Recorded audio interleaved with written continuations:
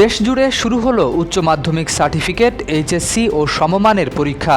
বৃহস্পতিবার সকাল 10টায় বাংলা প্রথম পত্রের লিখিত পরীক্ষার মাধ্যমে আনুষ্ঠানিকভাবে শুরু হওয়া এই পরীক্ষা চলবে আগামী 8 আগস্ট পর্যন্ত। এরপর 9 থেকে 15 আগস্টের মধ্যে অনুষ্ঠিত হবে ব্যবহারিক পরীক্ষা। এবারের এইচএসসি ও সমমানের পরীক্ষায় অংশ নিচ্ছে মোট 12,70,583 জন শিক্ষার্থী। এর মধ্যে 9টি সাধারণ শিক্ষা বোর্ডে পরীক্ষার্থী 10,69,714 জন, মাদ্রাসা শিক্ষা বোর্ডে 92,905 জন এবং কারিগরি শিক্ষা বোর্ডে 1,07,964 জন। গত বছরের তুলনায় পরীক্ষার্থী বেড়েছে 19,472 জন।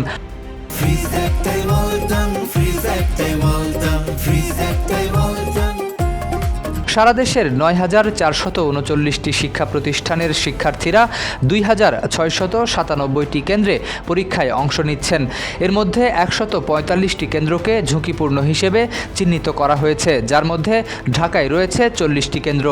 পরীক্ষা সুষ্ঠুভাবে সম্পন্ন করতে নেওয়া হয়েছে নজিরবিহীন নিরাপত্তা ব্যবস্থা।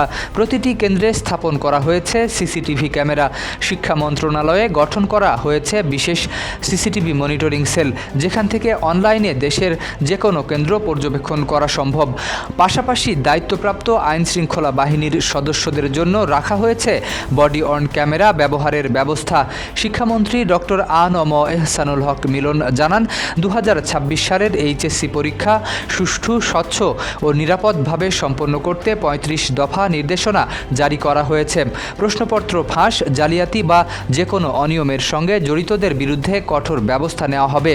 কোনো শিক্ষক বা কর্মকর্তা জড়িত থাকলেও কাউকে ছাড় দেওয়া হবে না বলে জানান তিনি।